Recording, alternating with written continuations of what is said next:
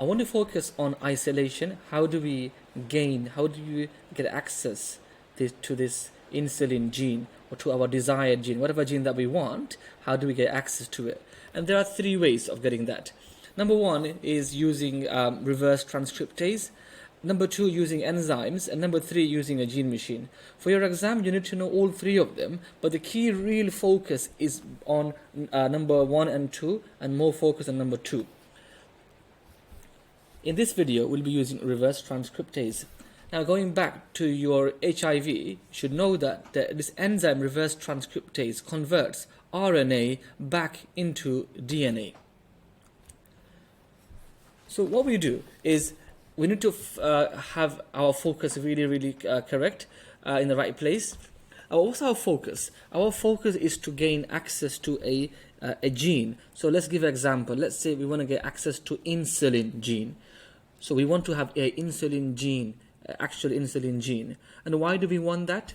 We want an insulin gene, if I was to go backwards for here, because we have to have the insulin gene in order for me to do all of these steps to produce and extract insulin. I have to have this insulin gene in place in the first place. So this is the reason why we're doing this, to get access to insulin gene.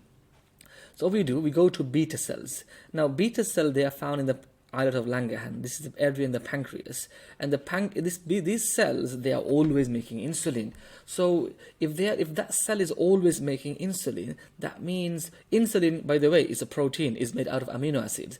So that means this cell is always going through protein synthesis, which means there's lots of mRNA being available. There's always mRNA there, which are going from the nucleus into cytoplasm, transcription to translation. So why not just take one of those mRNA out? So we take a mRNA out, single strand, because it's the RNA. And what does it have? This mRNA is coding for the insulin. Okay, so the mRNA is there. So back to our focus, what do we want? We want an insulin gene. We are almost there, but only problem is we have an RNA. We don't have a DNA, so this is our single-stranded mRNA for insulin. We're halfway there. Somehow we need to convert that into a DNA. So what we do is that we use our enzyme, reverse transcriptase, to convert our RNA into a DNA. So that's in here, I'm showing you here, this is our DNA.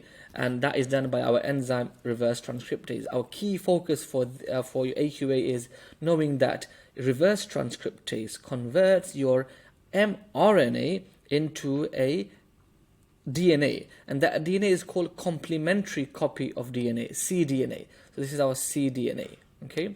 Now that cDNA afterwards, as you can see, is attached to this mRNA. They are attached, double-stranded, right? They're attached. There's an enzyme which breaks this, hydrolyzes. You don't need to know the name of the enzyme.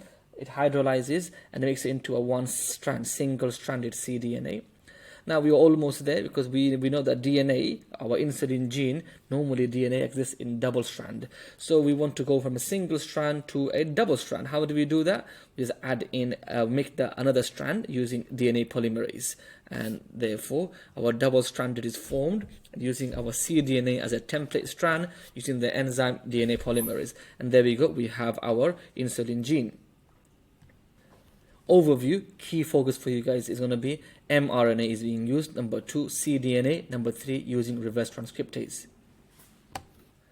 Okay, now, very important question here.